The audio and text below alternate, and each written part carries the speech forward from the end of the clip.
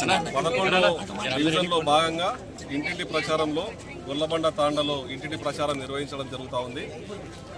గతంలో 10 సంవత్సరాలు టీఆర్ఎస్ ప్రభుత్వం ఉన్నా కానీ ఎవరికి కూడా ఇండ్లు అప్పుడు వెనకటికి ఇందిరమ్మ ఇచ్చిన ఇండ్లు తప్ప కొత్త ఇండ్లు ఎవరికి లేవు. అవి కూడా శిథిలావస్థకు చేరుకున్నాయి.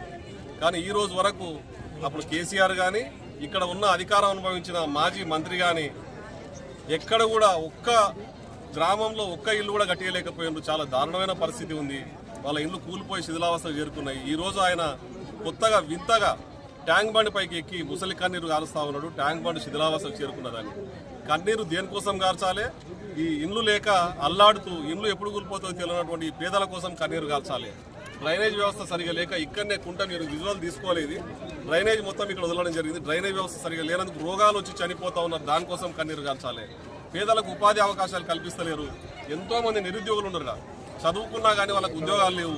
వాళ్ళు తప్పుదారి బట్టి అవకాశాలు ఉన్నాయి. వాళ్ళను ఉద్యోగం రీత్యా వాళ్ళకి ఏదైనా జాబ్ చూపించలేకపోవడం వల్ల కన్నీరు కాల్చాలి. కానీ ఎక్కడ కనివి నెరగని రీతిలో ట్యాంక్ బండ్ మీద బోట్లు పెట్టాలి, ట్యాంక్ బండ్ డెవలప్మెంట్ చేయలేదని చెప్పి కన్నీరు కాలుస్తూ ఉంటే ప్రజలు నవ్వుకుంటా ఉన్నారు. మా తాండావాసులు అయితే 10 సంవత్సరాలు ఆయన గెలిపించినాం, మంత్రి కూడా అయిండు.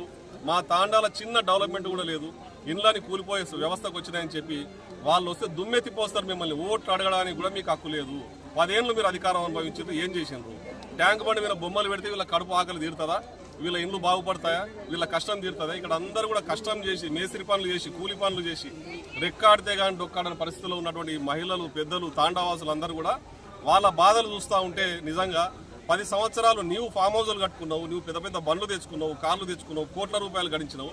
నీవు తిరిగే ఒక బండి అమ్మితే తాండా బాగుపడుతుంది. ఈరోజు చెప్తా ఉన్నావు. ఒక్కొక్క బండి 3-4 కోట్ల రూపాయలు పెట్టి కొని తిరుగుతా ఉన్నావు కదా.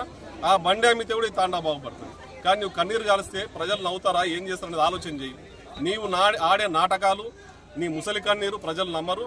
ఒకటే చెప్తా ఉన్నా, 11వ డివిజన్ ఒకటే కాదు, యావత్ కార్పొరేషన్ 60 డివిజన్లకు సంబంధించినంత వరకు ఈ ముసలి కన్నీర్లు, ఈ డ్రామాలను నమ్మకండి.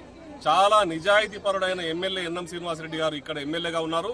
దాంతోపాటు రేవంత్ రెడ్డి గారు మన పాలమూరు ముద్దుబిడ్డ ఇక్కడ ముఖ్యమంత్రిగా ఉన్నాడు.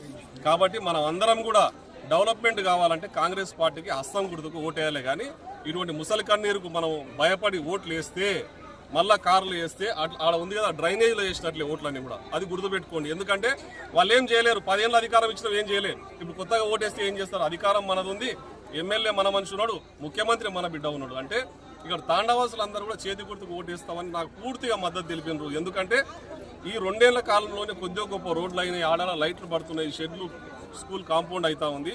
మిగతా 3 ఏళ్లలో ఖచ్చితంగా ఇందిరమ్మ ఇచ్చిన ఇండ్ల తర్వాత మళ్ళీ కాంగ్రెస్ ప్రభుత్వమే